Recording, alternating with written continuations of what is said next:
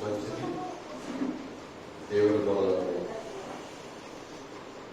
ఈ 40 దినాల ఉపవాస కూడికలో 32వ ఉపవాస కూడికలో మనం ఉండటానికి దేవుడు అవకాశాన్ని అనుగ్రహించాము. ఈ 32వ ఉపవాస కూడికలో దేవుడు నీతో నాతో మరి మాట్లాడుతుండగా మనందరం తప్పకుండా దేవుని మాటలు శ్రద్ధాభక్తితో దేవుని మాటలు విని మనం దైవ కృపలను సంపాదించుకోవడానికి తప్పక మనము మన మనస్సులో మన హృదయాన్ని మరి దేవుని మాటల వైపు మనం నిలుపుదాం. తప్పకుండా దేవుడు మనకు సహాయమును అందిస్తారు అని చెప్పి మీకు ప్రభు పక్షముగా మనం చేస్తున్నాను. ఈ దినములకు ఏర్పాటు చేయబడిన వాక్య భాగము కొరింథీయులకు రాసిన మొదటి పత్రిక 6వ అధ్యాయము 12, 13, 14 వచ్చిన చదువు. అన్నిటి యందు నాకు స్వాతంత్ర్యము కాదు గాని అన్నీ చేయదగినవి కావు. అన్నిటి యందు నాకు స్వాతంత్ర్యము కలదు గాని నేను దేని చేతను లోపరచబడనొల్లను. భోజన పదార్థములను కడుపు భోజన పదార్థములకు నియమింపబడి ఉన్నది. దేవుడు దానిని వాటిని నాశనం చేయను. దేహము జారత్వము కాదు గాని ప్రభు నిమిత్తమే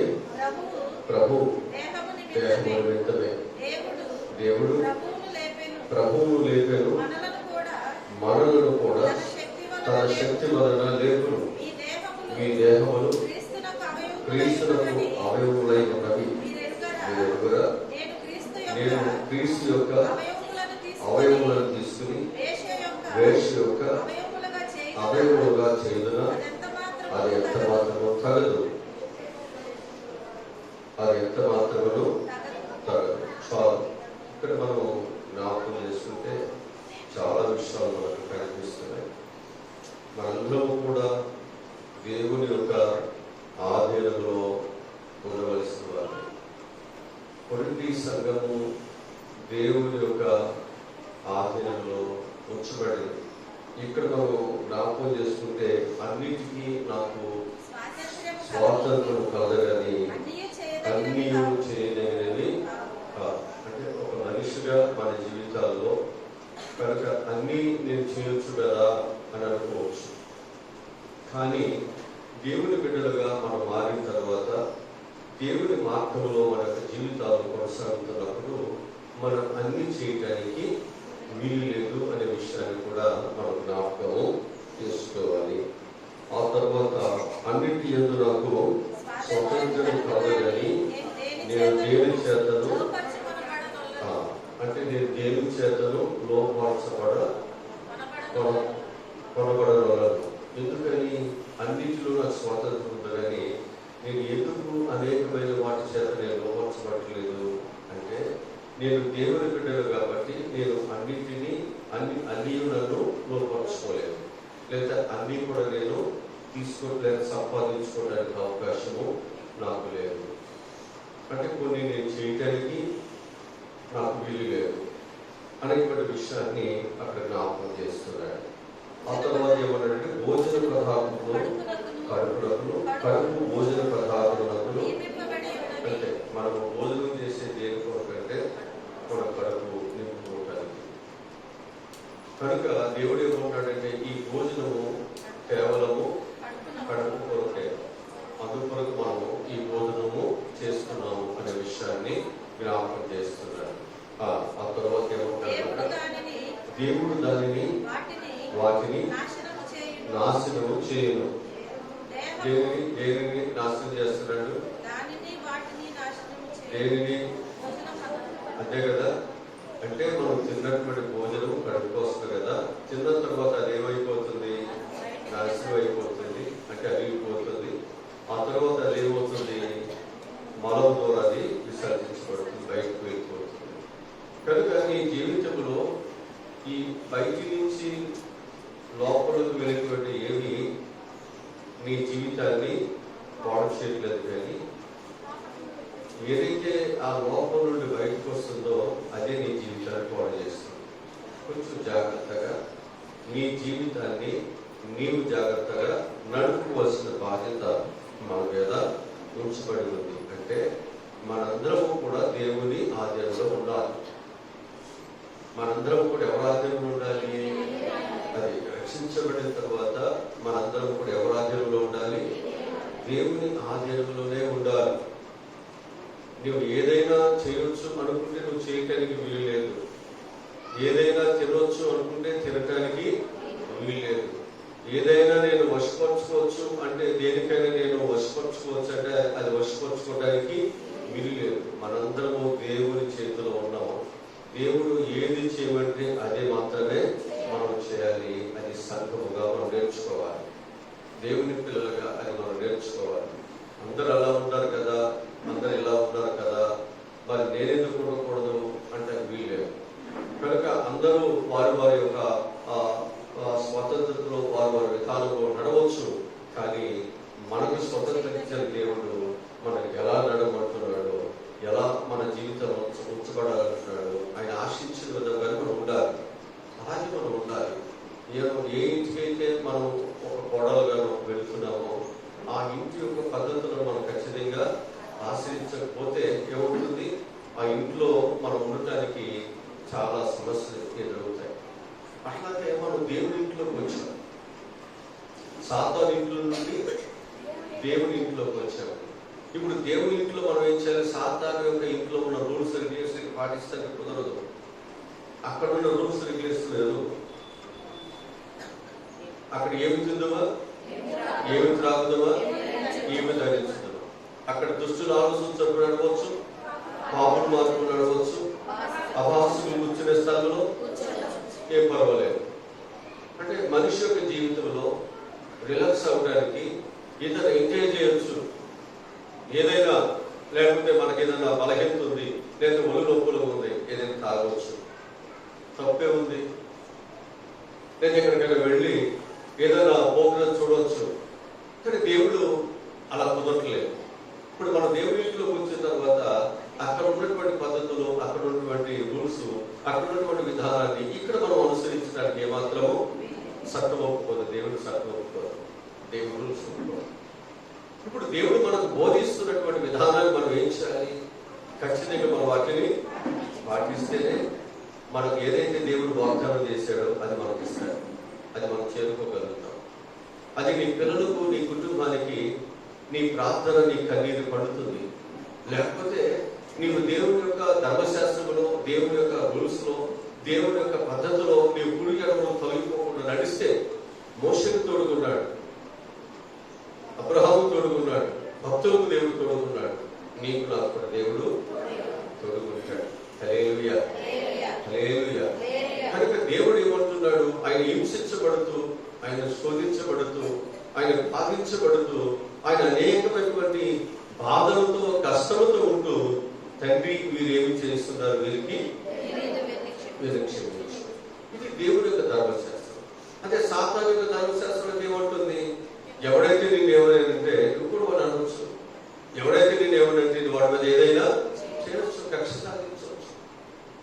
కానీ ఇక్కడ దేవుడి ధర్మశాస్త్రం అట్లా కుదరనే కుదరదు. అందుకే ఏమని చెప్తున్నాడంటే మనందరం కూడా దేవుని యొక్క ఆధీనంలో ఉన్నాం. అందుకన్నాడు మీ దేహములు క్రీస్తునకు అవయములై ఉన్నది. మీరు కూడా మీ దేహములు క్రీస్తునకు అవయములై ఉన్నాయి. మీరు కూడా ఇప్పుడు మీ దేహముతో ఏం చేయాలి? అంతే, దేవుని పాడు చేయొద్దు, దేవుని నామాన్ని దోపెట్టద్దు. కనుక అందరూ వారి వారి దేహాలతో వారి ఇష్టానుసారం చేసుకోవచ్చు, వ్యాపారాలు చేసుకోవచ్చు, సంపాదించుకోవచ్చు, తిరగవచ్చు, రకరకాలుగా వారు ఉండొచ్చు. కానీ నీవు నేను అలా ఉండడానికి వీలు లేదే. నేను పరిశుద్ధులు కనుక మీరును, దేవుడు వాక్యం చెప్తుంది. ఇవన్నీ మనం అందరం కూడా దేవుని యొక్క స్వాధీనంలో ఉండి దేవుని యొక్క ధర్మశాస్త్రంలో మనం పనిచేస్తేనే దేవుని యొక్క కృప అనేది మన మీద ఉంటుంది. లేకపోతే మన నుండి దేవుని కృప వెళ్ళిపోతుంది. ఉదాహరణకు చూస్తే ఏలీ కుమారులు ఓపిడి ఫినెహాసులు దేవుని మందిరంలోకి వచ్చేటువంటి వారి విషయాల్లో వారు చాలా దుర్మార్గంగా ఉండేవాళ్ళు.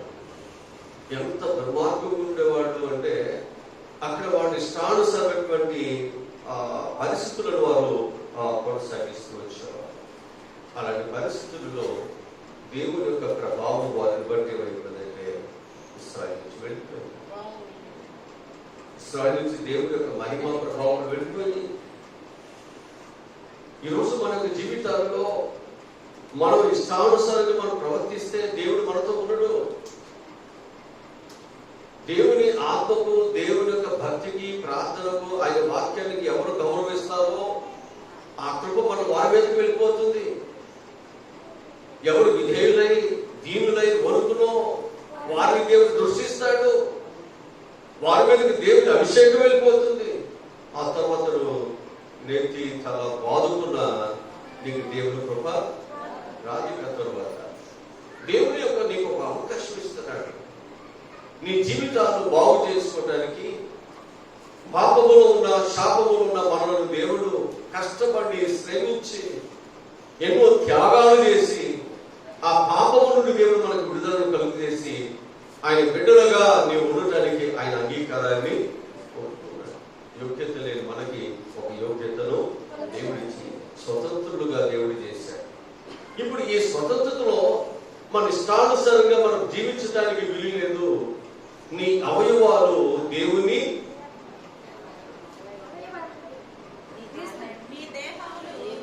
క్రీస్తు యొక్క అవయవులై ఉన్నాయి కదా. క్రీస్తు యొక్క అవయవం పరిశుద్ధమైనదిగా. అంటే ఇప్పుడు ఒకప్పుడు పాపము ఉన్న మన అవయవాలు ఇప్పుడు ఏ అవయవాలైనవి? క్రీస్తు యొక్క అవయవాలైనవి. అంటే క్రీస్తు ఎలాంటి వాడు? పరిశుద్ధుడు. ఇప్పుడు మన అవయవాలు ఎలా ఉండాలి? పరిశుద్ధంగా ఉండాలి. దీన్ని నువ్వు పాడు చేస్తే చెప్పే కదా, కళ్ళు కడుక్కోవాలి, హృదయం కడుక్కోవాలి, పాడు కడుక్కోవాలి.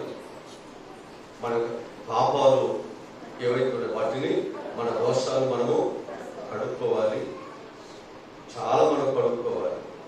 ఎందుకని ఇవన్నీ మన జీవితాల్లో మలినమైపోతాయి. మనం ఎంత జాగ్రత్తగా ప్రభు యొక్క కృపలో బ్రతుకుతున్నా మనం మలినం అవుతున్నాం. ఈ మలినం అవుతున్నటువంటి మనం ఏం చేయాలి? ఇంకా ఏముందని నిండా మునిగాగా ఇంకోసారి బాప్తిసం తీసుకుందాంలే అంటే కుదరదే కదా. మనం ఏం చేయాలి? ఇప్పటికప్పుడే కడుక్కోవాలి. నీ జీవితంలో సరి చేసుకోవాలి. నీ జీవితంలో తప్పుని మరలా నీ మీదకి రాకుండా, అది నీ మీద ప్రభావం చూపించకుండా దాన్ని ఎప్పటికప్పుడు ఏం చేసుకోవాలి? జాగ్రత్తగా చూసుకోవాల్సిన బాధ్యత ఎవరి మీద ఉంది? మన మీద.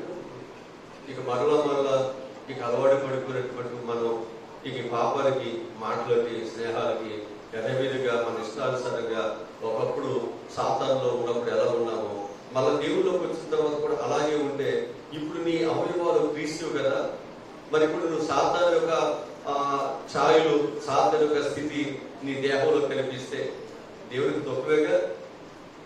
నీలో ఆ ఛాయలు మళ్ళా కనిపించకూడదు. ఇక నువ్వు జాగ్రత్తగా బ్రతకవలసిన అవసరత మన మీద ఉంచబడి ఉంది అని చెప్పి నేను విజ్ఞాపకానికి చేస్తున్నాను. కనుక ఈ కొరింథీ సంఘము దేవుని యొక్క ఆధీనంలో ఉంచబడ్డారు. వారు ఏ ఆధీనంలో ఉన్నారు? రక్షించబడిన తర్వాత, వారు దేవుని బిడ్డలుగా మార్చబడిన తర్వాత వారు దేవుని కొరకే వారు బ్రతుకుతున్నారు. వారి దేవునికి విరోధముగా ఏ పాపము చేయడానికి కూడా వారు ఇష్టపడలేదు. కనుక మనము కూడా కొరింథీ సంఘం వలె మన సంఘము దేవుని ఆదరణలో ఉండే సంఘముగా మనం ఉండాలి. ఈ 40 దినాల్లో మన జీవితాల్లో మనం చేయవలసినటువంటిది అంటే మనం మార్చుకోవాల్సింది ఏంటంటే మనం దేవుని యొక్క ఆధీనంలో ఉండే బిడ్డలుగా మనం మార్చుకోవాలి. ఒకవేళ దేవుని ఆధీనం నుంచి ఇప్పుడు బైకు మన ఆధీనంలో ఉంటే కంట్రోల్కి వెళ్తుంది.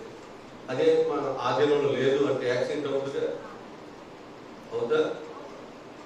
డ్రైవింగ్ మన చేతుల్లో ఉంటే క్షేమంగా అది నడుస్తుంది. అదే మన చేతుల్లో లేదు ఏమవుతుంది? అది యాక్సిడెంట్ అవుతుంది. యాక్సిడెంట్ అయితే ఏమవుతుంది? చాలా నష్టాలే, చాలా ఇబ్బందులే కలుగుతాయి. అదే దేవుడు చెప్పారు, నువ్వు దేవుని ఆధీనంలో ఉన్నంత కాలం సురక్షితంగా మంచిగా ఉంటావు. నువ్వు ఎప్పుడైతే దేవుని డ్రైవింగ్లో నుంచి డైవర్షన్ అయ్యి నువ్వు తప్పిపోయి కానీ నీ డైరెక్షన్లో, నీ ఆలోచనలో, నీ ఉద్దేశాల్లో నీ ప్రయాణం సాగిందంటే ప్రమాదాలు, చాలా ఇబ్బందులు అవుతాయి. అందుకే జాగ్రత్తగా మనం ఏం చేయాలంటే మనందరం కూడా ఎవరి స్వాధీనంలో ఉండాలి, ఎవరి ఆధీనంలో ఉండాలి.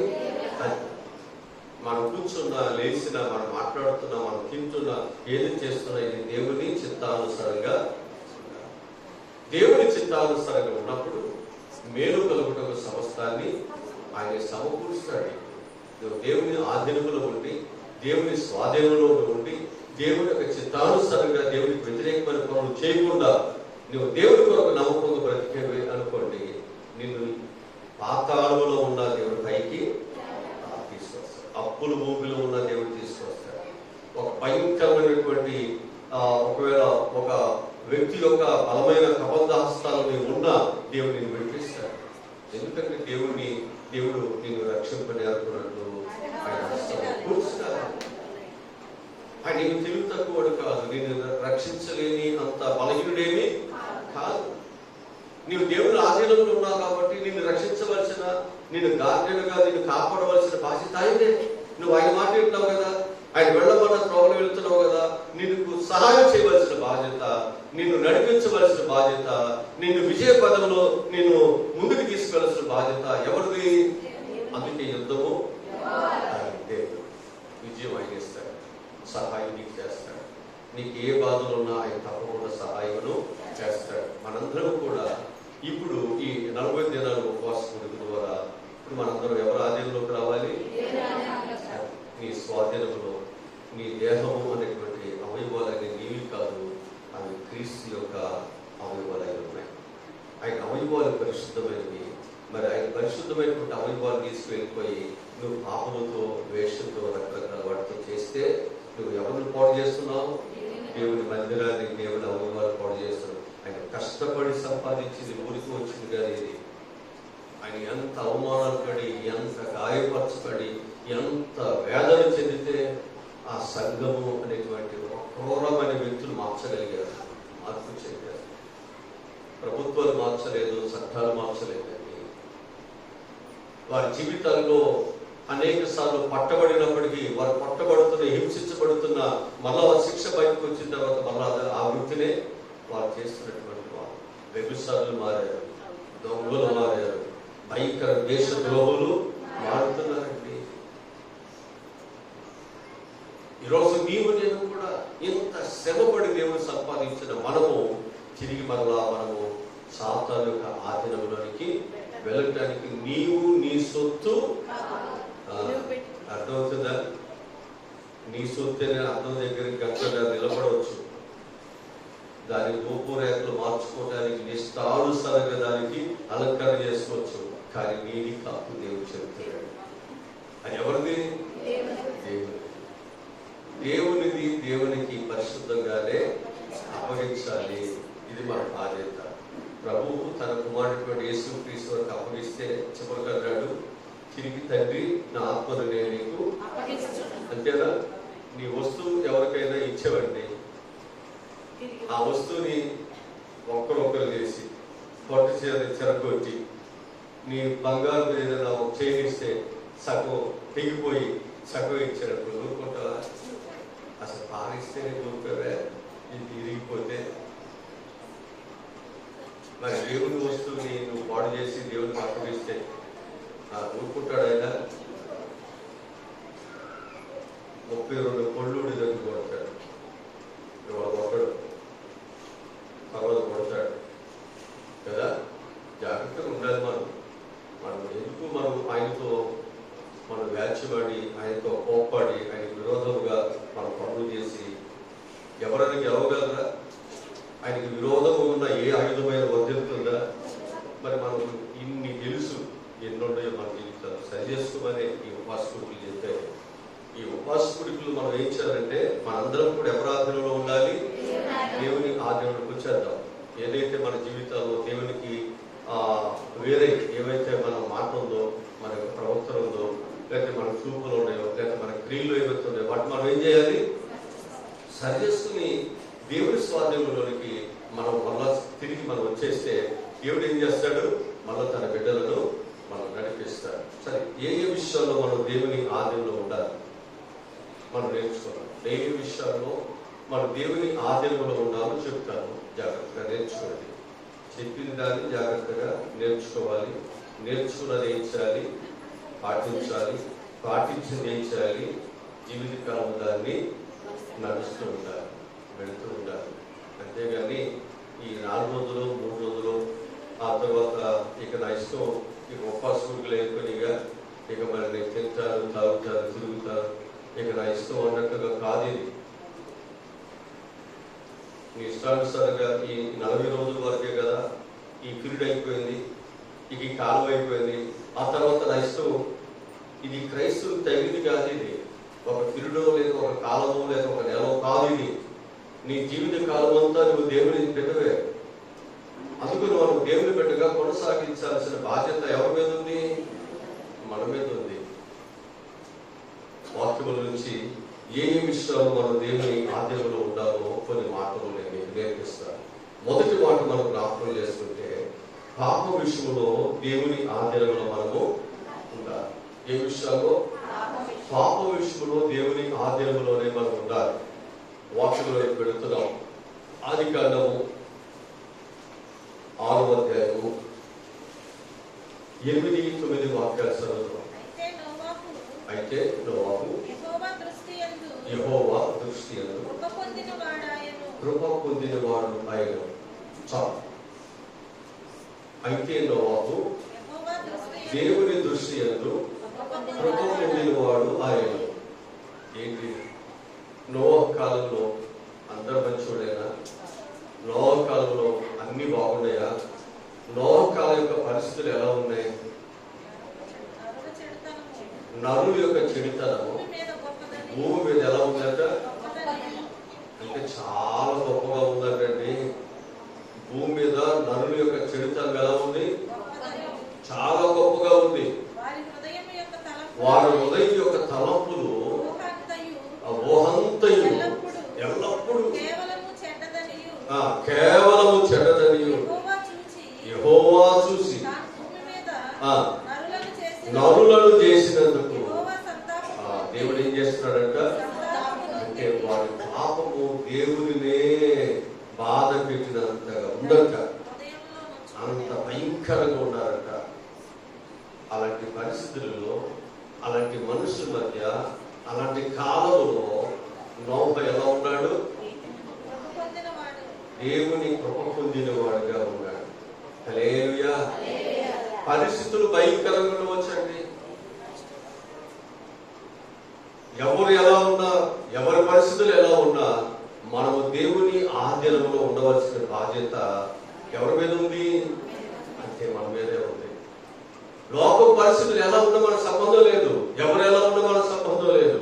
నీవు దేవుడి కొరకు బ్రతకడానికి వచ్చావు. నువ్వు దేవుడి కొరకు బ్రతకడానికి ఒక తీర్మానము చేసుకున్నావు. నేను దేవుని సంబంధమే అన్నప్పుడు దేవుని బిడ్డగా బ్రతకాలి. పరిస్థితులు ఎలా ఉన్నాయి? ఆ పరిస్థితులలో ఒకవేళ నీకు కరువులు వచ్చినా, బాధలు వచ్చినా, కరువు అయినా పడాల్సిందే, బాధలైనా పడాల్సిందే, అవమానములైనా పడాల్సిందే. నీవు దేవుని బిడ్డగా ఒక ఇంచు కూడా దాటి బయటకు వెళ్ళడానికి జాగ్రత్తగా ఉండాలి. ఇదే దేవుడి వాక్యం మనం చెప్పేది. అందుకు నోవాహు కాలంలో పరిస్థితులు భయంకరంగా ఉన్నప్పటికీ కూడా నోవాహు మాత్రం ఎలా ఉన్నాడు? దేవుని కృప పొందుకునేవాడుగా ఉన్నాడు. అంటే ఆ కాలంలో నోవాహు ఒక్కడే నీతిమంతుడుగా, ఆ కాల పరిస్థితులు వారి హృదయం బహు ఘోరమైన వ్యాధిగా ఉంది. వారి పాపము చాలా భయంకరంగా ఉంది. అలాంటి పరిస్థితులు అందరిలో ఉంటే ఉండేవాడు. మనకెందుకు? ఎవరెలా మాట్లాడితే మనకెందుకు? ఎవరెలా ప్రవర్తిస్తే మనకెందుకు? కానీ మనం దేవుని పిల్లలుగా మనం ఎప్పుడైతే మార్పు చెందేమో, ఇప్పుడు మనము దేవునికి చెందిన వారిని. మనం ఎవరికి చెందిన వారిని? దేవునికి చెందిన వారిని. ఇక దేవునికి చెందిన వారు కాబట్టి మనం ఏం చేయాలి? దేవుని బిడ్డలుగానే బ్రతకాలి. ఇది మన యొక్క నియమం.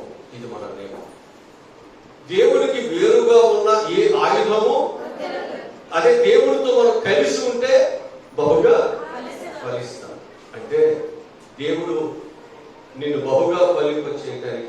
నేను దేవుడితో ఆయన ఐక్యం చేసుకున్నాడు.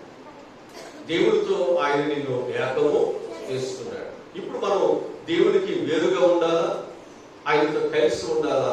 ఆయనతో కలిసి ఉండిన వారేమో ఆయన యొక్క నియమాలను పాటించేవాడని, ఆయన యొక్క ఆధీనములో ఉండేవాడని, ఆయన ఆధీనంలో ఉండేటువంటి వాడు ఏ యాక్సిడెంట్లు కానీ, ఏ ప్రమాదాలు కానీ, దేవునికి వ్యతిరేకమైనటువంటి ఏ చెడు పనులు చేయటానికి కానీ అతను ఇష్టపడడు, అతను దూరంగా ఉంటాడు.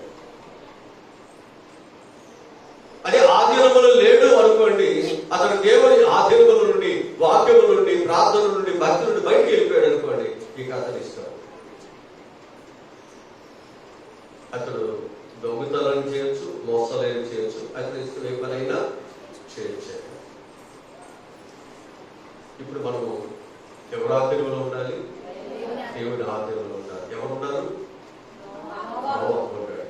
నోవహు ఉన్నాడు కాబట్టి నోవహు కుటుంబానికి దేవుడు కృప ఇచ్చాడు. ఆయన బిడ్డలకు దేవుడు రక్షణ ఇచ్చాడు. తన ఆస్తికి దేవుడు రక్షణ ఇచ్చాడు. తనకి ఏమీ పొదువు లేకుండా దేవుడి సహాయమును.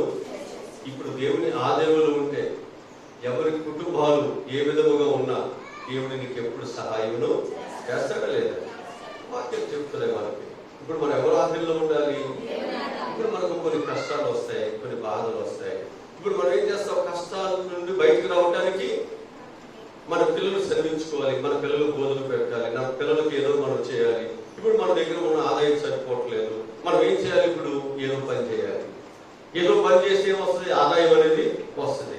నా పిల్లలు అందరి పిల్లల్లాగా లేకపోతే నాకు బాధగా ఉంది, అందరిలాగా నా పిల్లలకు నేను ఏమి ఇవ్వలేకపోతే నాకు చాలా దుఃఖంగా ఉంది, ఎవరు ఏమనుకుంటున్నా నాకెందుకు, నా పిల్లల కొరకు నేను గడ్డో ఏదో దీన్ని నా పిల్లల్ని, అదే మనం అనుకునేది. అంటే ఇప్పుడు అది నువ్వు ఏమవుతున్నావు? దేవుని ఆధీనము నుండి నీ సొంత చిత్తములోనికి, నీ సొంత ఆలోచనలోనికి వెళ్ళిపోతున్నావు. ఒకవేళ దేవుని చిత్తం నీ కుటుంబం అలా ఉండాలి అనుకుంటే నువ్వు అలా ఉండటమే మంచిది. నువ్వు పేదవాడు కుటుంబం దేవుని చిత్తమైతే పేదవాడు కుటుంబం మంచిది. నువ్వు దరిద్రుడుగా ఉండటం దేవుని చిత్తమైతే దరిద్రుడు ఉండటమే మంచిది. అలా ఉండి నువ్వు ఏం చేయాలంటే దేవుని కొరకు మనము బ్రతుకుతున్నప్పుడు దేవుడు తప్పకుండా మనకు సహాయమును. ఎందుకంటే నా బిడ్డ నా కొరకు కష్టములైన పడుతున్నాడు, బాధలైన పడుతున్నాడు, కానీ నన్ను దాటి ఒక్క అడుగు కూడా ముందుకి. అదే కదా యోగుకి రెండంతల ఆశీర్వాదం వచ్చింది. ఈరోజు మనం నేర్చుకునే ఒక భక్తి ఏదో ఊరికే మనం కాలక్షేపం చేసుకునే కాదు. ఇక్కడ స్థలం, ఇక్కడ నేను మార్పు చెందటానికి, రూపాంతరం చెందటానికి, నిన్ను వాక్యముతో ఉదక స్నానము చేసి నీ స్థితిని మార్చే స్థలం ఏంటి? ఇలాంటి మంచి మాటలు భవిష్యత్తులో ఎక్కడ కనిపించవు, బయట ఎక్కడ కనిపించవు. బయట నేను పొగిడేవాడు ఉంటాడు, బయట నేను ఉడక చేతి ఎక్కించేవాడు ఉంటాడు, బయట నీ తప్పులను నీ చెడుని ఎవడు పట్టించుకునేవాడు ఉండడు. ఏమనుకుంటాడు? కూటు కొరకు కూటు విద్యలండి, బ్రతకటానికి చేస్తున్నాడండి, తప్పే ఉంది అంటాడు. మనకు వాక్యం తెలియదు, దైవ భక్తి తెలియదు. కానీ మనకు వాక్యం చెప్తుంది, మనకు ఒక స్కేల్ ఉంది, మనకు కొలిసేటువంటి ఒక భక్తి ఉంది, మనకు కొలమాలిక ఉంది. అది దాటి నిష్టానుసారంగా ప్రవర్తించడానికి నీవు నీ సొత్తు, నువ్వు దేవుని సొత్తు. దేవుని ఆధీనంలో ఉన్నావు. దేవుడు ఏదైతే చెప్తున్నాడో ఆ పనిని మనము చేయాలి తప్ప నీ ఇష్టానుసారంగా నీవేది ప్రవర్తించడానికి వీలు లేదు. ఒకటి తీసేయటానికి, ఒకటి కలపటానికి కూడా వీలు లేదు. అంతే. మిగతా వాళ్ళు ఎన్ని రకాలుగా మాట్లాడుతున్నా మనకు పర్వాలేదు. దేవుని వాక్యంలో ఏదైతే ఉందో దాన్ని చేయటానికే మనం సిద్ధపడాలి. అది చేసి తీరటానికే మనం జీవించాలి. మనం దేవుని ఆధీనంలో మనం ఉంచుకోవాలి. అలాంటి కృప దేవుడు మనందరికీ అనుగ్రహించాలి. హెబ్రీయులకు రాసిన పత్రికలో 11వ అధ్యాయం 7వ వచనం చదువుదాం. 11:7 వచనం చదువుదాం.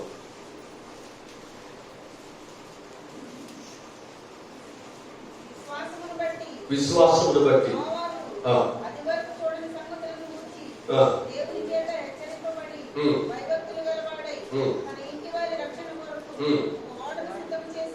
చూసారా, అనేకులకు లేని కృప ఎవరికి వచ్చింది? ఎందుకని నోవాహుకు వచ్చిందంటే, నోవాహు ఏం చేశాడంటే అది వరకు చూడటువంటి సంగతుల గురించి దేవుడు మాట్లాడుతున్నప్పుడు ఆ మాటలు ఎందుకు నోవాహుకి ఏముంది? విశ్వాసం ఉంది. ఇప్పుడు దేవుడు నీతో మాట్లాడుతున్నప్పుడు నీకు ఏముండాలి? దేవుడి మాటల మీద విశ్వాసం ఉండాలి. విశ్వాసం ఉంటే నువ్వేం చేస్తావు? దేవుడి మాటలను తప్పి దేవుడి వాక్యాన్ని నువ్వేం చేస్తావు? ప్రేమిస్తావు. దేవుడి వాక్యాన్ని బట్టి ఏం చేస్తావు? నీ జీవితాన్ని సరి చేసుకుంటావు. అదే వాక్యం. ఆయన ఆ విధంగా ఉన్నాడు. మిగతా వాళ్ళు ఆ విధంగా లేరు. జలప్రలయం వస్తుంది, వర్షాలు వస్తున్నాయి, భయంకరమైన పరిస్థితి వస్తుందంటే వాళ్ళు ఏమనుకుంటారంటే మునిపెన్నడూ కూడా వర్షాలనే కొత్త పదం. మనం ఈ మాట మనం ఎక్కడ వెళ్ళలేదే. వర్షం ఏంటి కొత్త పదం? జలప్రలయం ఏంటి? భూమి మీద ఏంటి? ఎలాంటి పరిస్థితులు ఏంటి? ఈయనకేదో మైండ్ ఏదో పోయింది అనుకుంటా. ఈయన పిచ్చి పిచ్చిగా మాట్లాడుతున్నాడు. వాళ్ళు దేవుని మాటను వారు విశ్వసించలేదు. దేవుని మాట లేదు, వారికి భయం లేదు.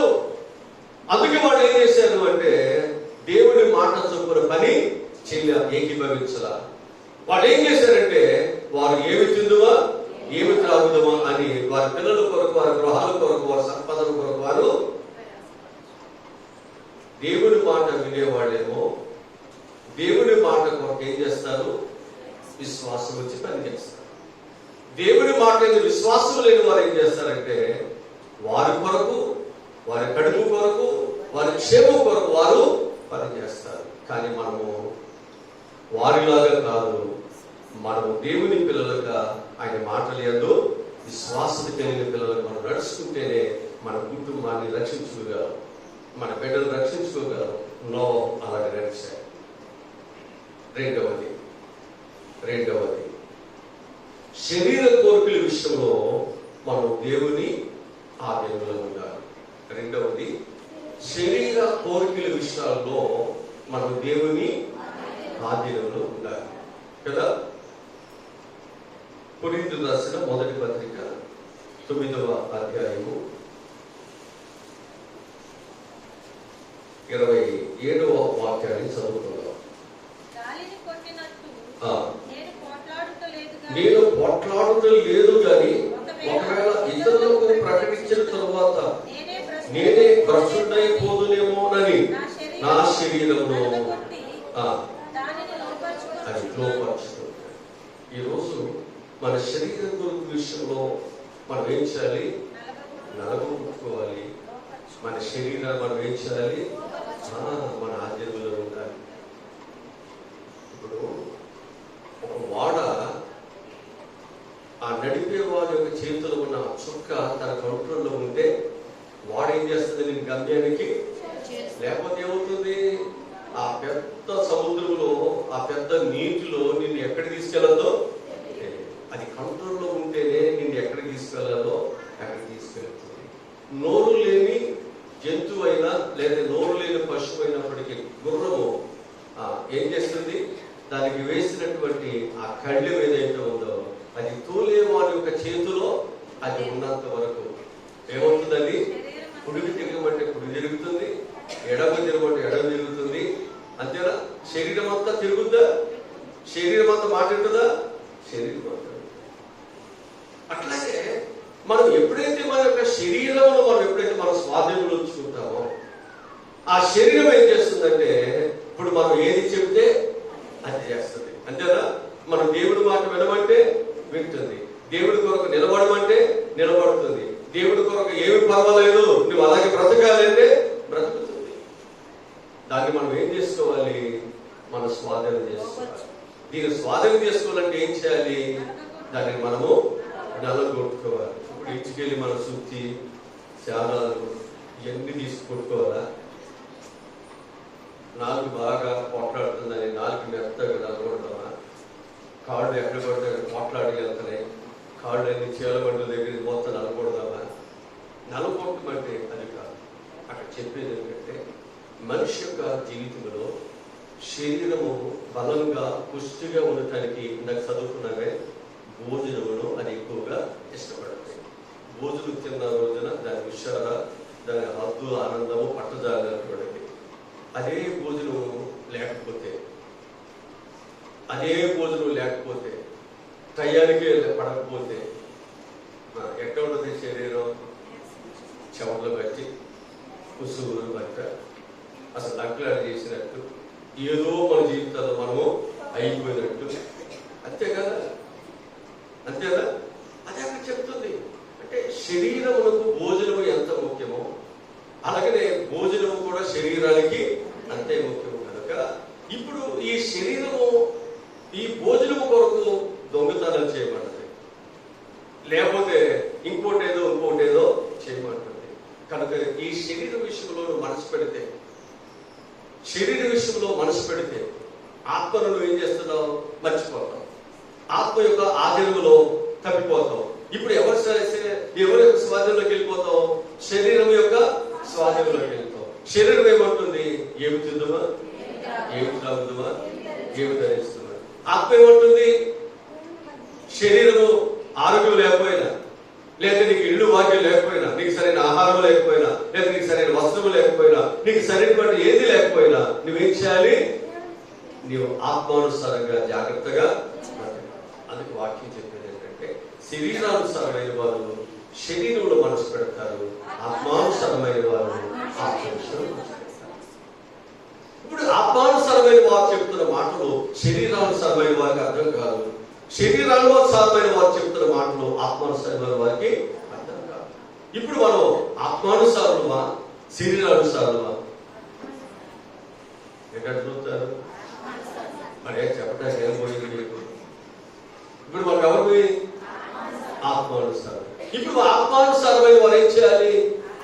ఆత్మ విషయంలో మనసు పెట్టాలి. ఏంటి ఆత్మ విషయం అంటే, మనము శరీర కోరికల విషయంలో మన ఇష్టానుసారంగా జీవించడానికి వీలు లేదు.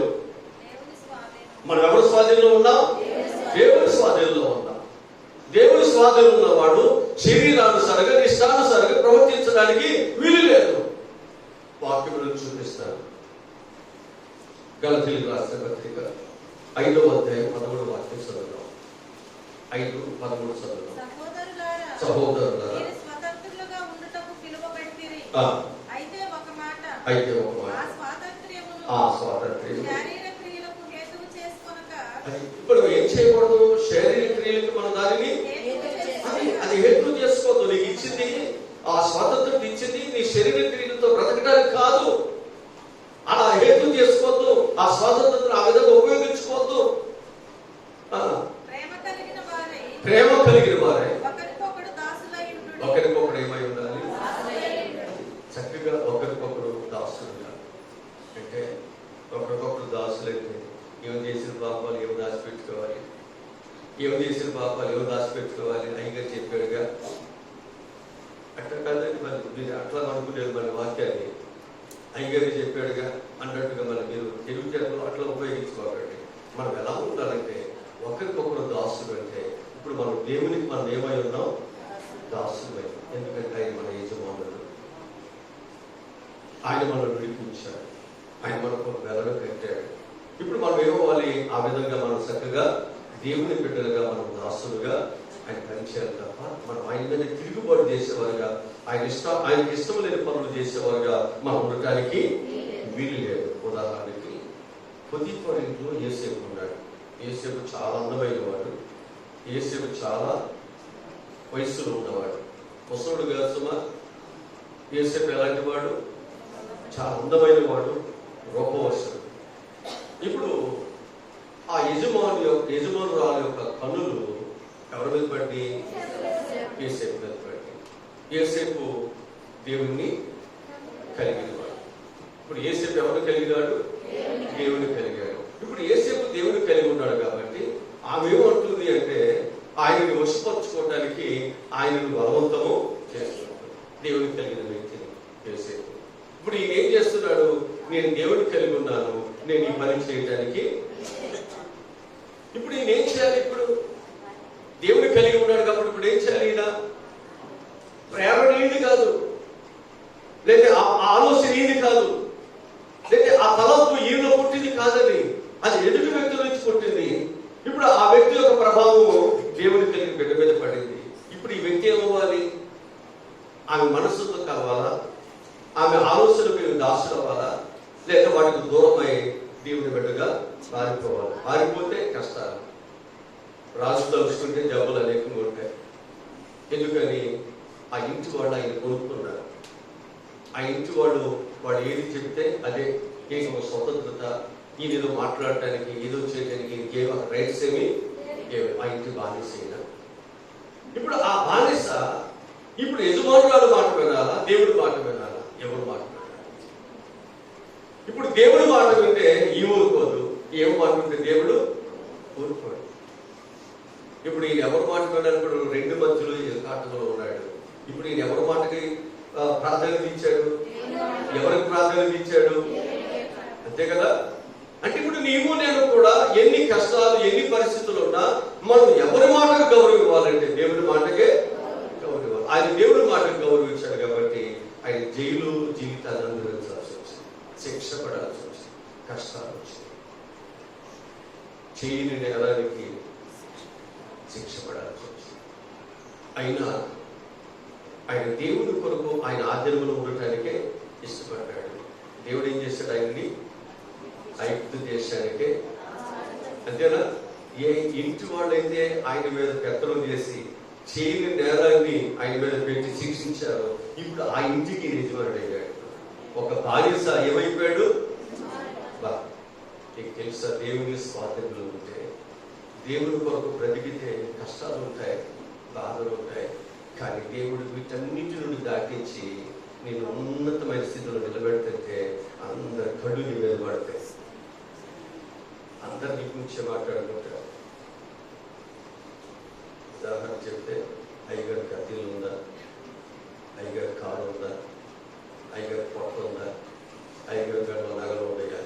ఓకే, మీ గురించి చెప్తాక నా గురించి నేను చెప్పుకోవాలి అంటే ఇప్పుడు అందరి కళ్ళు ఎవరి మీద పడతాయి? అయ్యగారు ఎంత కట్టం ఇచ్చాడా, అయ్యగారికి ఎంత ఉందా, అసలు అనుకోలేదు మేము అంటే. ఇవన్నీ మనకు ఎలా ఉంటుంది అంటే, దేవుడు నిన్ను ఆస్వాదిస్తున్నప్పుడు అందరి యొక్క చూపులు ఎవరి మీద పడతాయి? ఈరోజు మీకు జ్ఞాపకం చేస్తున్నాను, చెట్టు నిండా పూలు ఉంటే ఆ పక్కన చెట్లు కాయలు పూలు లేని చెట్టు ఎవరైనా చూస్తాడా? అక్కడ కూడా చూడడు. అందరి చూపులు ఎవరి మీద పడతాయి? అంతే కదా. ఒక అందమైనటువంటి అమ్మాయి, ఆ పక్కన అందం లేని అమ్మాయి, ఇద్దరు వెళ్తున్నారు అనుకోండి, అందరు ఎవరు చూసి మాట్లాడుకుంటారు? అంతేగా. అట్లాగే దేవుడిని ఒక మంచి స్థితిలో నీకు దేవుడు ఇస్తున్నప్పుడు మన అందరూ ఎవరి గురించి మాట్లాడుకుంటారు? మంచిగా మాట్లాడుకుంటే వారి శరీర సంబంధంగా మాట్లాడుకుంటే ప్రమాదం. ఇప్పుడు దేవుడు ఏమంటాడంటే, నువ్వు దేవుడి స్వాధీనంలో ఉండి ఇన్ని కష్టాలు పడుతున్నావు కాబట్టి దేవుడు ఏం చేస్తున్నాడు? నిన్ను దేవుడు ఆశీర్వదిస్తాడు. ఈ విషయం ఎవరు తెలుస్తుంది? దేవుడు తెలుస్తుందా? మనకు తెలియదా? ఎవరు? ఇప్పుడు ఆయన దేవుని స్వాధీనంలో ఉన్నాడు, నీతిగా ఉన్నాడు, భక్తిగా ఉన్నాడు. అందుకు దేవుడు ఆయనకి ఆ విధమైన బ్లెస్సింగ్స్ ఇస్తాడు. నీవు నేను కూడా దేవుని ఆధ్వర్యంలో ఉన్నా ఎన్ని కష్టాలు ఎన్ని బాధలు పడుతున్నా, యోగుని దేవుడు దీవించాడా? ఆయన ఆధ్వర్యంలో ఉన్నాడా? ఇన్ని కష్టాలు శోధనలు వచ్చిన ఆయన ఇంత మాట కూడా ఆయన దాటించాడు. అందుకే దేవుడు ఆయన ఉన్నతమైన శిఖరాన్ని వల్ల దేవుడిచ్చాడు. మనం ఈ ఉపవాస కొడుకుల ద్వారా మనం నేర్చుకోవాల్సింది ఏంటంటే, ఇప్పటి కాలంలో శ్రమలు ఏవి ఎవరి కాదు. దేవుడు నీకు ఒక మంచి ఈవులను సిద్ధపరిచాడు, నీకు ఒక మంచి కృపను దేవుడు సిద్ధపరిచాడు. అది నీకు ఇవ్వటానికి దేవుడు నిన్ను ఆయన బిడ్డగా పిలుచుకున్నాడు. నీవు ఆయనకు లోబడి ఆయన స్వాధీనంలో ఉండగలిగితే ఖచ్చితంగా దేవునికి ఏదైతే ఇస్తానన్నాడో ఆయన తప్పకుండా ఇస్తాడు, నీ బిడ్డలకు ఇస్తాడు. ముందు మనం ఎవరు ఆధీనంలో ఉందాం? దేవుని ఆధీనంలో ఉందాం. యోసేపు అలాగే ఉండి, అలాగనే నోవహు అలాగే ఉండి, వారందరూ కూడా దేవుని మహాకృపలను వారు సంపాదించుకోగలిగారు. వారు ఎన్నడూ చూడండి గొప్ప ఆశీర్వాదాలను వారు పొందుకోగలిగారు. ఇక మూడవదిగా మనం చూసినట్లయితే, మనం భోజన విషయంలో కూడా దేవుని ఆధీనంలో ఉండాలి. ఏ విషయంలో? నాకు భోజనమే ఉండాలండి అనుకుంటాం మనం. అసలు ఈ భోజనమే పెద్ద ప్రమాదం. భోజనాల కొరకే సంఘాలు కొట్టుకుంటారు, భోజనాల కొరకే సంఘాల్లో రెండు గ్రూపులు అయిపోతారు. ఈ భోజనాల కొరకే పెద్ద సమస్యలు వస్తాయి. అంటే భోజనం మనం ఎప్పుడు చిన్నగా తీసేయటానికి వీలేదు. ఈ భోజన విషయంలో కూడా బైబిల్ చాలా గొప్ప ప్రసంగాలే, గొప్ప విషయాలే మనకు బోధిస్తుంది. వాక్యం నుంచి నేను కొన్ని విషయాలు చెప్తాను. దానియేలు గ్రంథము 1వ అధ్యాయము 8వ వాక్యాన్ని చదువుతాం. దానియేలు గ్రంథము 1వ అధ్యాయము 8వ వాక్యం చదువుతాం. రాజు భుజించు భోజనమును పానమును చేయు ద్రాక్షారసమును పుచ్చుకొని తన్ను అపవిత్రపరచుకొనకూడదని దానియేలు ఉద్దేశించి తాను అపవిత్రుడు. జాగ్రత్తగా చూడండి, దానియేలుకు ఉద్దేశం ఏంటంట?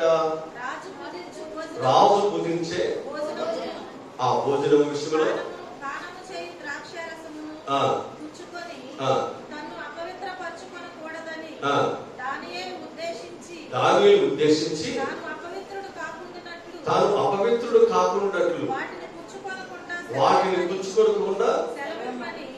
నపుంసకుల అధిపతిని వేడుకొనగా దేవుడు నపుంసకుల అధిపతి దృష్టికి దానియేలునకు కృపా కటాక్షమునొందను అనుగ్రహించెను గనుక నపుంసకుల అధిపతి దానియేలుతో ఇట్లనెను, మీకు అన్నపానములను నియమించిన రాజుకు నా యజమానునికి నేను భయపడుచున్నాను. మీ ఈడు బాలుర ముఖముల కంటే మీ ముఖములు కృషించినట్లు ఆయనకు కనబడనేలా. చూసారు అంటే ఇక్కడ ఏంటంటే, ఒకవేళ రాజు నాకు ఒక ఆజ్ఞ ఇచ్చాడు, నేను దాన్ని ఇక్కడ మీ ఎడలో నేను చేయకపోతే, మీరు ఎక్కడైనా ముఖాలు బలహీనంగా ఉండి, ముఖాలు ఇంకా వికారముగా ఉండి, లేకపోతే మరి ఈ భోజనం సరిగ్గా నేను పెట్టినట్లుగా కానీ ఆయన దృష్టికి వెళితే ఇప్పుడు శిక్ష మీదకి వస్తుంది, నాకు ప్రాణాపాయం వస్తుంది కదా. అప్పుడు నువ్వేమో రాజు ఇచ్చేటువంటి వాటినేమో నేనేమో తినగలుగుతున్నావు. మరి ఈ విధంగా నువ్వు తినకపోతే నేను నీ మాట వింటే రాజు మాట ధిక్కరించినట్టు అవుతుంది. ఒకవేళ నేను నీ మాట విని రాజు మాట ధిక్కరిస్తే నేనేమవుతాను? నేను రాజు యొక్క శిక్షకు నేను పాత్రనవుతాను కదా. కనుక మనందరం కూడా ఏం చేయాలంటే, నీ జీవితంలో నా జీవితంలో మన జీవితాల్లో మనం నేర్చుకోవాల్సింది ఏంటంటే, రాజు శిక్షిస్తున్నాడన్నా లేక రాజు భోజనం బాగుందన్నా నా భోజనం ఏముందిలే, నేను తినేటువంటి భోజనం ఏముందిలే, ఈ రోజు నాకు రాజు భోజనం ఉంది, మంచి భోజనం ఉంది అని మన ఇష్టానుసారంగా ఏది పడితే అది మనం తిన్న బైబుల్ మనం చెప్పేది ఏంటంటే, నీ యొక్క జీవితంలో ఒకవేళ నీవు అపవిత్రుడు, వారి తిండి వేరు, దేవుని పిల్లలుగా మన తిండి వేరు. అందుకే అపవిత్రమైనది ఏది కూడా మనం ముట్టుకోవడానికి, అపవిత్రమైన ఏది మనం తినడానికి, అపవిత్రమైనటువంటిది ఏది కూడా మనము భుజించడానికి అనేకమైన భోజనాలు ఉండొచ్చు. అవి నిన్ను ఆకర్షించుకునేవిగా నువ్వెన్నడూ తిన్నటువంటి అయితే అవ్వచ్చు, కానీ అవి నువ్వు తినడానికి వీల్లేదు బైబిల్ చెప్తారు. అంటే దేవుని పిల్లలు ఏం చేయాలంటే, భోజన విషయంలో కూడా మనం ఏం చేయాలి? మన దేవుని ఆధీనంలోనే మనం ఉండాలి. నువ్వు ఏది పడితే అది తినడానికి వీల్లేదు. ఒకరోజు పేతురుతో దేవుడు మాట్లాడతాడు, వీటిని సబ్బుకుని తినమంటాడు. పేతురు ఏమంటాడు? నిషిద్ధమైన వాటిని నేను ఎప్పుడు తినలేదు కదా ఆయన, నేను పూజించను అంటాడు. లేదు నేను చెప్తున్నా కదా, నువ్వేం చేయాలి? పూజించు. దేవుడు చెప్పినప్పుడు పూజించు. దేవుడు నీకు అన్నిటిని ఇస్తున్నప్పుడు పూజించు. నీకు దేవుడు అన్నిటిని నీకు ఇస్తున్నప్పుడు జాగ్రత్తగా నువ్వు తిను, దేవుడు స్తుతించు. దేవుడికి ఇవ్వని వాటిని గురించి, భోజనాల గురించి నువ్వు చింతపడవద్దు. దేవుడు ఇవ్వనటువంటి వాటి కొరకు నువ్వు ఆశపడవద్దు. వాటిని ఎక్కువగా నువ్వు సంపాదించుకోవడానికి లేదా వాటిని ఎక్కువగా భుజించడానికి నువ్వు తగ్గించవద్దు. అది నీకు మంచిది కాదు. అందుకే ఆ భోజనము పెద్ద ఇంపార్టెంట్ ఏం కాదు. పరలోకానికి భోజనానికి సంబంధమేమీ లేదు. ఎందుకంటే కడుపు కోసం భోజనము, భోజనం కొరకు కడుపు, అంతే. మనము మంచి భోజనం తింటాం, మనమే మంచి భోజనం, అంతేనా? అనుకున్నాం. ఒకరోజు నువ్వు మంచి భోజనం వండుకున్నావు, ఈ లోపుగా నువ్వు స్నానం చేయడానికి వెళ్ళేటప్పుడు తలుపేయలేదు, ఒక్కేదలుగా తినేసింది. ఈ లోపు అందరూ వచ్చారు భోజనం దగ్గరికి. కొంచెం చూస్తే అందులో భోజనం లేదనుకున్నాం. అప్పుడు ఏం చేయాలి? భోజనం ఆడేస్తావా? ఆ రోజు ఏదో దాన్ని కడుపు నింపుకోవాలిగా. ఏ పచ్చడైనా, ఏ పెరుగైనా, అవసరమైతే నీళ్ళైనా పోసుకొని కడుపు నింపుకోవాలి. లేదా నింపుకోపోతే అది ఊరుకుంటుందా? అసలు నేను నిద్ర పోనిస్తుందా? నేను మంచి ఒక చోట కూర్చొని ఇస్తుందా? అవును కదా. అంటే ఇంపార్టెంట్ కాదు. భోజనం అనేటువంటిది నీ కడుపుని చలార్చడానికే, నీకు ఇబ్బంది లేకుండా ఉండటానికే. ఇంపార్టెంట్ ఏదంటే నీ ఆత్మ. నువ్వు దేవుని మాట వినటం, నీ ఆత్మను కలుషితం చేయడం, పాడు చేయడం. దేవునికి ఏదైతే అప్పగించాడో దానిని మనం తిరిగి దేవునికి అప్పగించాలి. ఇది మన బాధ్యత. ఈ బాధ్యతను విస్మరించి మర్చిపోయి మన ఆధీనమును, ఆ ఆధీన రేఖ ఏదైతే ఉందో దాన్ని దాటి బయటకు వచ్చేసి మన ఇష్టానుసారంగా ప్రవర్తిస్తే ఈ ఉపవాస కుటుంబంతో మనం ఏం చేయాలి? మన తిరిగి సరి చేసుకుని మన దేవుడి యొక్క ఆధీనంలోకి వచ్చి మనం ప్రార్థనలు చేసినప్పుడు, ఆయన మార్గంలో నడిచినప్పుడు దేవుడు మనల్ని నీకు కృప చూపించడం ప్రారంభిస్తాడు. దేవుడు మనల్ని నీకు సహాయము చేయడం ప్రారంభిస్తాడు. నీ జీవితంలో దేవుడు అనేకమైన మేలు చేయడం అనేది దేవుడు ప్రారంభిస్తాడు అని చెప్పి మీకు జ్ఞాపకం చేస్తున్నాను. దానియేలు ఆ విధంగా ఉండడం బట్టి దానియేలు ఉన్నతమైనటువంటి స్థితి కలిగిన వాడిగా ఆయన ఉన్నాడు. బబులోను దేశంలో 3 ప్రధానుల్లో దానియేలు ప్రధానుడిగా ఉంటాడు. హల్లెలూయా. నువ్వు దేవుని ఆధీనంలో ఉంటే ఆ తరువాత నీ బోధన వేరు, నీ పద్ధతులు వేరు, నీ స్థితిగతులే వేరు, నీ వస్త్రధారణ వేరు. దేవుడిని ఉన్నతమైన వారిగా దేవుడు చేస్తాడు. ముందు మన జీవితాల్లో నీ స్థితి కొద్దిగా ఉన్నాను, నువ్వు దేవుని బిడ్డగా జీవించండి. తొదకు దేవుని మహా ఎప్పుడు తీసుకెళ్తాడని కాదు, నువ్వు ఎప్పుడు దేవుని బిడ్డగా మారుతావో అప్పుడు దేవుడి సహాయంలో చేస్తాడు. మనం మారాలి.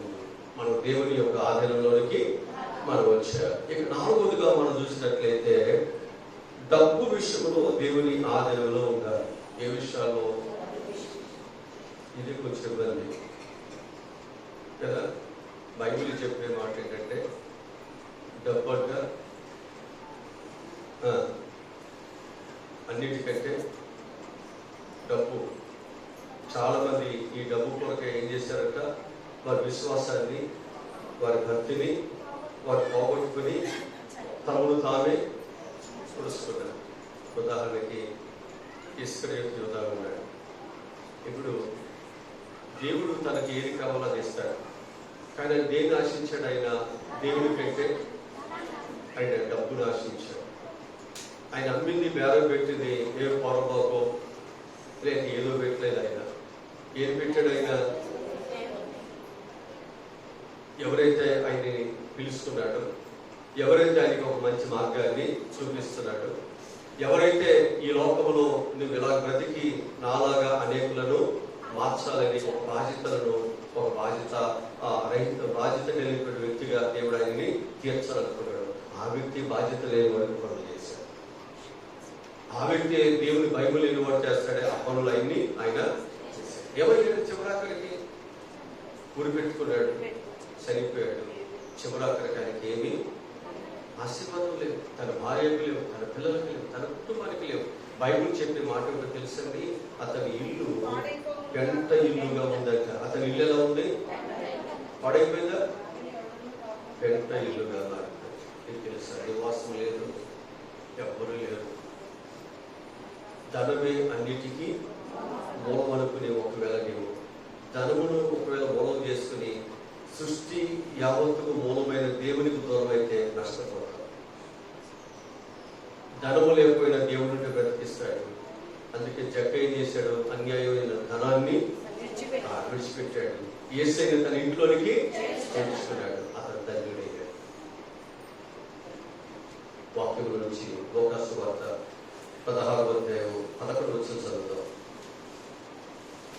కాబట్టి మీరు అన్యాయపు స్థిర విషయంలో నమ్మకముగా ఉండని ఎడల సత్యమైన ధనమును ఎవరు మీ వశము చేయరు. అన్యాయమైన స్థితి విషయంలో మనం ఏం చేయాలి? నమ్మకముగా ఉండకపోతే సత్యమైన ధనమును ఎవరు మీ వశము చేయరు. అంటే డబ్బు విషయంలో మనం ఎలా ఉండాలి? నమ్మకం ఉండాలి. అలా నువ్వు నమ్మకం లేకపోతే సత్యమైన ధనము నీ వశం ఎలా అవుతుంది? అంతేనా? నీకు ఎలా దేవుడు ఇస్తాడు?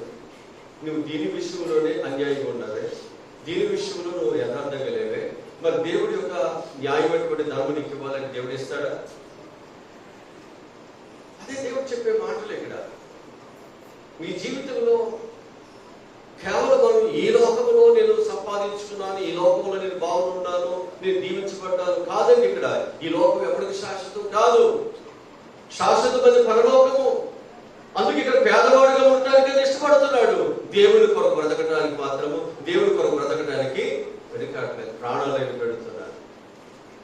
ఉదాహరణకు మనం చూసినట్లయితే హెబ్రీయులకు రాసిన పత్రికలో 11వ అధ్యాయం 24వ వచనం దగ్గర చదివితే మోషే ఎలా ఉన్నాడో చూద్దాం. ఏం త్యాగం చేశాడు. మోషే పెద్దవాడైనప్పుడు మోషే ఏమైనప్పుడు, ఇప్పుడు మనం పెద్దవాడమేనా చిన్నవాడమా? ఎన్ని సంవత్సరాలకి రక్షణ పొంది? అసలు రక్షణ పొందిన రోజు గుర్తుపెట్టుకుని ఎప్పుడు ప్రార్థన చేసుకుంటేనేగా. రక్షణ పొందేది నేను పుట్టినరోజులు అయితే చేసుకుంటావే, చచ్చిపోయిన రోజులు చేసుకుంటాం. కానీ యేసు ప్రభువులోనికి వచ్చిన రోజు ఎప్పుడైనా గుర్తుందా? ఎప్పుడైనా ప్రార్థన పెట్టుకుంటావా? ఎప్పుడైనా మనం ఈ జన్మ కంటే రెండో జన్మ గొప్పదేగా చెప్తున్నావుగా, మరి గొప్పదాన్ని ఎందుకు నిర్లక్ష్యం? అందుకే అక్కడ చెప్తున్నాడు, ఆయన పెద్దవాడైనప్పుడు ఆ రక్షణ అనుభవంలోనికి ఆయన వచ్చిన తర్వాత, ఆ రక్షణ అనుభవంలో అతను ఎదుగుతున్నప్పుడు ఆయన ఎలాంటి త్యాగాలు చేస్తున్నాడు, ఎలాంటి ఆలోచన చేస్తున్నాడు చూడండి. విశ్వాసమును బట్టి ఐగుప్తు ధర్మ కంటే క్రీస్తు విషయమైన నింద దేనికంటే గొప్పది? ఐగుప్తు యొక్క ధర్మం కంటే నింద గొప్ప భాగ్యం. దేవుని పిల్లలు ఎప్పుడైనా ఇలాగే ఉంటారు. ఈ లోకములో ఉన్నటువంటి అనేకము కంటే క్రీస్తు కొరకు అనేకమైన బాధలు నిందలు పడటం ఇదే గొప్ప భాగ్యం అని ఎంచుకుని ఆయన ఏం చేశాడట?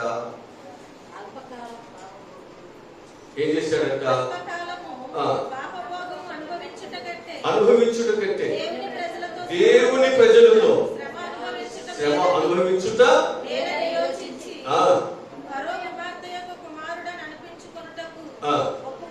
ఒప్పుకోలేదు. ఒప్పుకుంటే ఆయనగా రాజు, ఒప్పుకుంటే డబ్బులని ఆయనగా. కానీ ఇప్పుడు ఆయన ఏం చేశాడు? దేవుని కొరకు అవన్నీ త్యాగం చేశాడు. ఈరోజు దేవుని పిల్లలుగా దేవుని ఆధీనంలో మనం ఉండాలనుకున్నప్పుడు మనం త్యాగం చేయవలసినవి త్యాగం చేస్తేనే దేవుని కొరకు. లేకపోతే ఉండలేమండి. అవి మనల్ని ఏం చేస్తాయి? తీర్చుకుని వెళ్ళిపోతాయి. ఆదివారం నేను మీకు ఒక 5,000 ఇస్తానన్నారు కొన్ని కూలికి. చర్చి అయ్యారు అటు ఇల్లు వస్తే ఏమైపోద్ది? ఇప్పుడు మనం ఎవరి ఆధీనంలోకి వెళ్ళిపోతున్నాం? అంతేనా? దేవుని ఆధీనంలో ఆదివారం దేవుని మందిరం ఉండాల్సిన వాళ్ళమే కదా. 6 దినములు కష్టపడి 7వ దినము రాజు కాబట్టి మీరు నా మందిరం ఉండాలి, నన్ను ప్రేమించాలి అని చెప్పినటువంటి ఆజ్ఞను, ఆ మాటను మనం ఏం చేసాం? ఇది మనం చూసుకుంటే అది ఎన్నిసార్లు కదా, చాలాసార్లు. అందుకే ఈ రోజు నేను చెప్పే మాట ఏంటంటే మనందరము కూడా ఎవరి ఆధీనంలో ఉండాలి? దేవుని ఆధీనంలో ఉండాలి. దేవుని ఆధీనంలో ఉన్నప్పుడు మనం ఈ లోకంలో మనకి ఏ డబ్బులైనా, ఏ గొప్ప ఉద్యోగాలైనా, ఏ గొప్పదైనా మనకు పెద్ద లెక్కేమీ కాదు. నా దేవుడి తర్వాతే, నా దేవుడే, ఆ తరువాత నెక్స్ట్ ఏదైనా. ఇక మనము ఇంకొక మాట చెప్పుకులు చేసేస్తాను. 5వది ఏంటంటే మన మనసు విషయంలో దేవుని ఆధీనంలో ఉన్నాం. ఏ విషయాల్లో? మనసు కూడా ఏమవుతుంది? ఇది అంటే ఒక కోరికలు పుట్టించేది ఏది? మనసు. ఇక ఇదేమవుతుంది? కోరికలు గుర్రాలే. అసలు దీన్ని కంట్రోల్ చేయకుండా దీని ఇష్టానుసారంగా పరిగెత్తుంది. ఈ పరిగెత్తేటప్పుడు ఏమనిపిస్తుంది అంటే నాకు పెద్ద బండి ఉంది, నాకు పెద్ద బండి లేదే అంటారు. ఇప్పుడు ఏం చేయాలి? ఆ కోరిక తీర్చుకోవడానికి దొంగతనం చేయాలి, తల్లిదండ్రులు చెప్తారు, లేక ఇబ్బంది పెట్టాలి, లేకపోతే నువ్వు పడిపోతే చచ్చిపోతానన్నాలి. ఇవన్నీ అంటే మన శక్తికి మించిన వాటిని కూడా ఏం చేస్తుంది ఇది కోరిక? అసలు అందుద్దా లేదా, అది మన శక్తి ఉందా లేదా, ఇది తర్వాత సంగతి. మన కోరిక వచ్చిందంటే అప్పైనా సప్పైనా చేయాల్సిందే.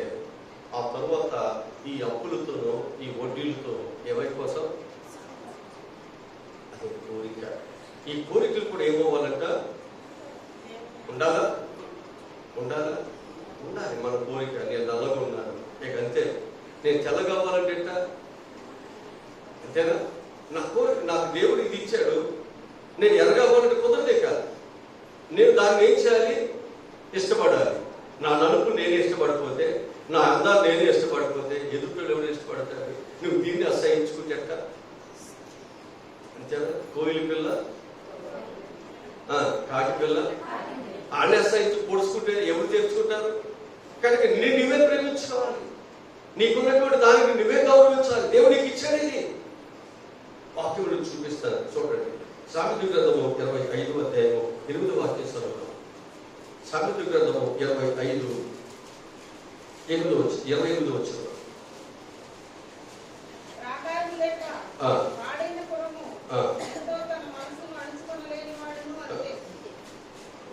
అర్థమవుతుందా? ప్రాకారం ఏం చేస్తుంది? కంట్రోల్ చేస్తుంది. అది ప్రాకారం లేకపోతే అంతే కదా, అనేకమైన లోపలికి వస్తాయిగా. లోపలికి వచ్చేమవుతుంది? ప్రాకారం లేకపోతే లోపల ఉన్న అంతా కూడా పాడైపోతా లేదా? అందుకే ప్రతి వాళ్ళు ఏం చేస్తారు? ప్రాకారాలు కట్టుకుంటారు. అంటే ఏదైనా వచ్చి పాడు చేయకూడదు. ఈరోజు నీకు నాకు కూడా ఒక ప్రాకారం అవసరం, ఒక హద్దు అవసరం, ఒక నియమం అవసరం, ఒక పద్ధతి అవసరం. ఎట్లా పడితే అట్లా మనము మన మనసుకు నచ్చినట్లుగా మన ఇష్టానుసారంగా మనం ప్రవర్తించడానికి నీవు నీ సొత్తు కాదు కదా. జాగ్రత్తగా మనం బ్రతకాలి. ఇంకొక వాక్యం చూపిస్తాను. సామెతల గ్రంథంలోనే 16వ అధ్యాయం 32వ వచనం చదువుతాం. 16:32. పరాక్రమశాలి కంటే దీర్ఘశాంతము గలవాడు శ్రేష్ఠుడు. పట్టణము పట్టుకొని వాడి కంటే తన మనసును స్వాధీనపరచుకొని వాడు శ్రేష్ఠుడు. అది ఇక్కడ బలము ముఖ్యం కాదు, ఇక్కడ పరాక్రమం ముఖ్యం కాదు, డబ్బులు ముఖ్యం కాదు. ఇక్కడ దేవుని దగ్గర గొప్పవాడు ఎవరంటే మనస్సును స్వాధీనపరచుకునేవాడు. హల్లెలూయా. అది ఇక్కడ మనకు కావాల్సింది. ఇక్కడ నీ గొప్పతనము, నీ జ్ఞానము ఇవేవి కాదు ఇక్కడ కావాల్సింది. నీ మనస్సును వాక్యానుసారంగా దేవుని యొక్క ఆజ్ఞలలో ఎంతవరకు చూసుకుంటున్నావు, ఇది ముఖ్యం. నీ మనసు దేవుని యొక్క ఆజ్ఞలు లేకుండా ఇష్టానుసారం ఉంటే నువ్వెవరు అయినా కావచ్చు, నువ్వెవరో నాకు ఈ ఎన్ని ఉపవాస కూడికలో ఉండగా నేను చాలా డబ్బులు ఖర్చు పెట్టి నేను పలహారం ఇచ్చాగా అన్నా, నువ్వు తెచ్చే మంచిదే, వచ్చే మంచిదే, కానీ నీ మనసు స్వాతంత్రం లేదు. నీ కోరికలు గడ్డి తినే పనులన్నీ తీసాయి. నేనేం చేయను. నా బిడ్డవని నేను చెప్పుకోవడానికి ఈరోజు నేను సిగ్గుపడతాను. ఈరోజు నా బిడ్డవని నేను చెప్పుకోవడానికి ఇలాంటి బిడ్డలు కన్నానా అని ఏడుస్తాను. కొంతమంది తల్లిదండ్రులు పిల్లలు చూసి ఆ చిన్నప్పుడే అలాంటి వాడు చేసి అప్పుడే చంపేసేదాన్ని, ఇప్పుడు దాన్ని అర్థించేదాన్ని. దేవుడు నిన్ను అలా చూసి అలా అసహించుకోకుంటే మనం ఏం చేద్దాం? దేవుని ఆజ్ఞలలో మనం రావటానికి ఎక్కడెక్కడ మనం దేవుని ఆజ్ఞలు దాటి, ఆజ్ఞలు దాటి దేవుని బిడ్డలుగా మన అవయవాలు ఉండవలసినటువంటివి, లేక ఆ సాధన యొక్క అవయవాలుగా ఏవైతే ఉన్నాయో వాటిని కడుపుకుందాం, శుద్ధి చేసుకుందాం. దేవుడు ఇచ్చాడు అవకాశం, దేవుడికి ఒక చక్కని అవకాశం ఇచ్చాడు. సరి చేసుకోండి. దేవుడి గొప్ప కృపని మీదకి వస్తుంది. అది నేను దాటిపోదు. దేవుడి మాటలు మన ఇంట్లో దేవుడు దీవించుగాక. ఆమె తల ఉంచండి, ప్రార్థన చేసుకుందాం. మా ప్రభువా రక్షకుడా, ఈరోజు చెప్పిన విశేషమైన మాటలు నేను చాలా వందనాలు. మా జీవితాలలో ఏ విషయంలో మేము దేవుని ఆజ్ఞలో ఉండాలో ఈరోజు మాకు నేర్పించాము. ఎందుకంటే దేవుని బిడ్డలకు ఉండటానికి మేము వచ్చాము కదా. మరి దేవుని బిడ్డలకు మేము ఉన్నామా? సాధారణ బిడ్డలకు ఉన్నామా? మేము ఎవరు ఆజ్ఞలలో ఉన్నాం? ఎవరు మమ్మల్ని కంట్రోల్ చేస్తున్నారు? ఎవరు మమ్మల్ని నడిపిస్తున్నారు? ఏ విధంగా మా జీవితాలు ఉన్నాయి? మేము ఎప్పటికప్పుడే జాగ్రత్త చూసుకుని మేము నడుచుకుంటే సహాయములను దయచేయమని, పిల్లల మీద, వారి యొక్క జీవిత విధానాల మీద నీ కృప ఎప్పుడు తోడుగా ఉంచి మన చక్కగా నడిపించమని యేసు ఘనమైన ఉన్నతమైన నామలో ఈ ప్రార్థనని పొందుకుని నామ తండ్రి. కుమారుడు యేసుక్రీస్తు వారి యొక్క దైవ కృప, పరిశుద్ధాత్మని నిత్య ఆదరణ, కాపుదల, భద్రత సదా తోడై ఉండునుగాక. ఆమేన్.